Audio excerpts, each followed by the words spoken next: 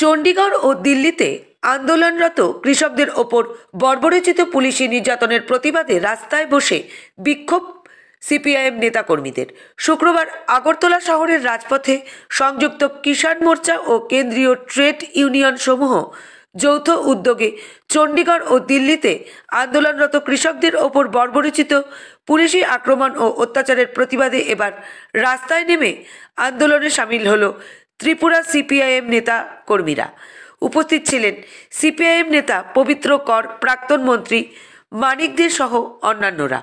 বক্তব্য রাখতে গিয়ে সিপিআইএম নেতা পবিত্র কর বললেন, নরেন্দ্র মোদীর পুলিশ চণ্ডীগড় ও দিল্লিতে কৃষকদের ওপর যেভাবে অমানবিক অত্যাচার করছে, এই ঘটনার তীব্র নিন্দা ও ধিক্কার জানিয়ে আজকে আন্দোলনে সামিল হয়েছে ত্রিপুরা সিপিআইএম দলের নেতাকর্মীরা।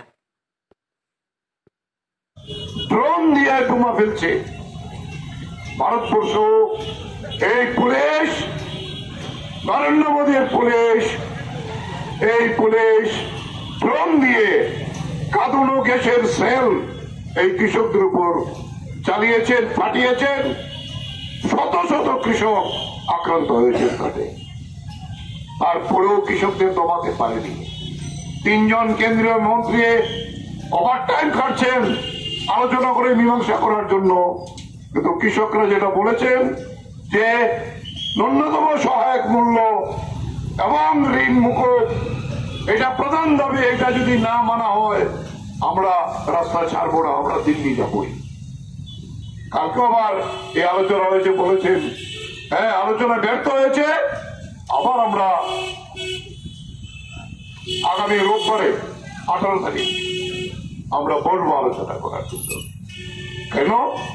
নির্বাচন আসছে, যে হোক, যদিও সংযুক্ত মোর্চার সঙ্গে নেই তারা, কিন্তু কৃষক তার মূল দাবি আছে সেখানে, এবং এদের উপরে যে অত্যাচার চালিয়েছে আপনারা কালকে হয়তো বিভিন্ন মিডিয়াতে দেখেছেন। আমাদের দেশের এবং পৃথিবীর অন্যতম শ্রেষ্ঠ কৃষি বিজ্ঞানী ডক্টর স্বামীনাথনকে এবার ভারত রত্ন উপাধি দিয়েছেন।